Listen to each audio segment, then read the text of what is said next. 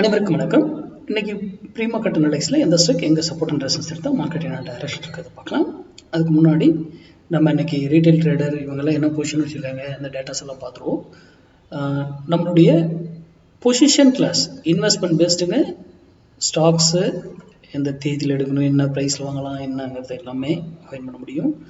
Stock option buying, index option buying, commodity ஹெட்ஜிங்கோட option buying பண்ணுறது, both side buy பண்ணி trade பண்ணுறது, இல்லை ஒன் சைடு ட்ரேட் பண்ணுறது, எப்படி ஒரு டேட்டு ஸ்டாக் ஐடென்டிஃபை பண்ணி மார்க்கெட்டே இறங்கினாலும் அந்த ஸ்டாக் ஏறும், ஸ்விங் ட்ரேட் பண்ணுறது, எஃப்ஐ ப்ரோ ட்ரேடர் வந்து எப்படி சீக்ரெட்ஸ் அவங்க மெயின்டைன் பண்ணுறாங்க அப்படிங்கிறது எல்லாமே நம்ம அந்த கிளாஸில் பார்க்க போகிறோம்.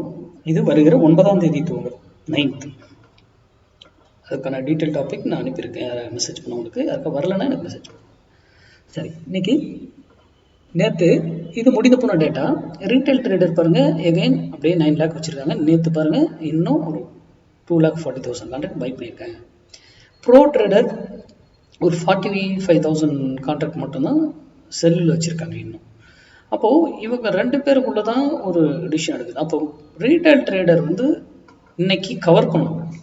பையில இருந்து வெளியே போனாங்கன்னா இவங்க பைக் வந்து மேலே கொண்டு போவாங்க. இவங்க இன்னும் பையே பண்ணாங்கனாக்கல மார்க்கெட்டை கீழே கொண்டு வர பார்ப்பாங்க. ஆனால் இதெல்லாம் முடிந்து போன டேட்டா லைவ் டேட்டா கிடையாது. நமக்கு இதெல்லாம் தேவையே இல்லை. நமக்கு நம்ம வேல்யூஸ்க்கு போயிடும்.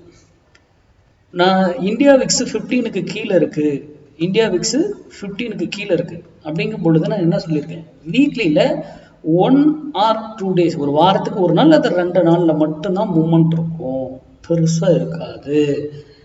அந்த மூமெண்டம் இருக்கக்கூடிய நாளில் மட்டும் பயன்படுத்துங்க. இப்போ எல்லாம் இதுக்கு முன்னாடி நடந்த மாதிரியே இன்றைக்கி இப்பவும் நடக்கும் அப்படின்னு போய் ட்ரேட் பண்ணாதீங்க தயவு செய்து. இந்தியா விக்ஸை பற்றி படிங்க. பொசிஷன் கிளாஸில் அது ஒரு டாப்பிக்கும் இருக்குது, ஓகேங்களா? அது ஒன்று. அப்புறம் நம்ம நியூஸு இதெல்லாம் வந்து ட்ரேடருக்கு ரொம்ப சூப்பரான இடம். அது இன்வெஸ்டருக்கு தான் பயப்படணும். மார்க்கெட் இறங்குதா ஏறுதான்னு அவங்க ஃபீல் பண்ணி இறங்குறதாங்கலாம் அவங்களுக்கு பயப்படணும். ஆனால் ட்ரேடருக்கு அது தேவையில்லை. இறங்கினா என்ன ஏறினா நமக்கு என்னங்க, அந்த ஃபோக்கஸில் உங்கள் கவனத்தை செலுத்தி ட்ரேட் பண்ணுங்க, ஓகேங்களா?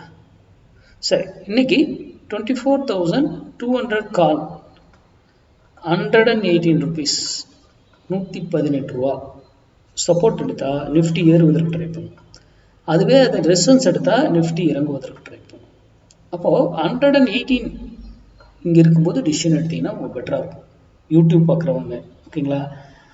ஸ்டூடெண்ட்டாக இருந்தீங்கன்னா இங்கேருந்து வராமல் இங்கே ப்ரைஸ்க்கே வரல, இப்படியே மேலே போனாலும் அங்கே வேல்யூ இருக்கும், அதை எடுத்துப்பாங்க. அதே கீழே இங்கேருந்து கீழே வந்தாலும் அங்கே வேல்யூ இருக்கும், அதை எடுத்துப்பாங்க. யூடியூப் பார்க்குறோம், இங்கே வரும்போது மட்டும் உங்கள் டிசிஷன் எடுங்க. எய்தர் அப் ஆர் டவுன், உங்கள் டெக்னிக் நீங்கள் என்ன வேணால் பார்க்கலாம்.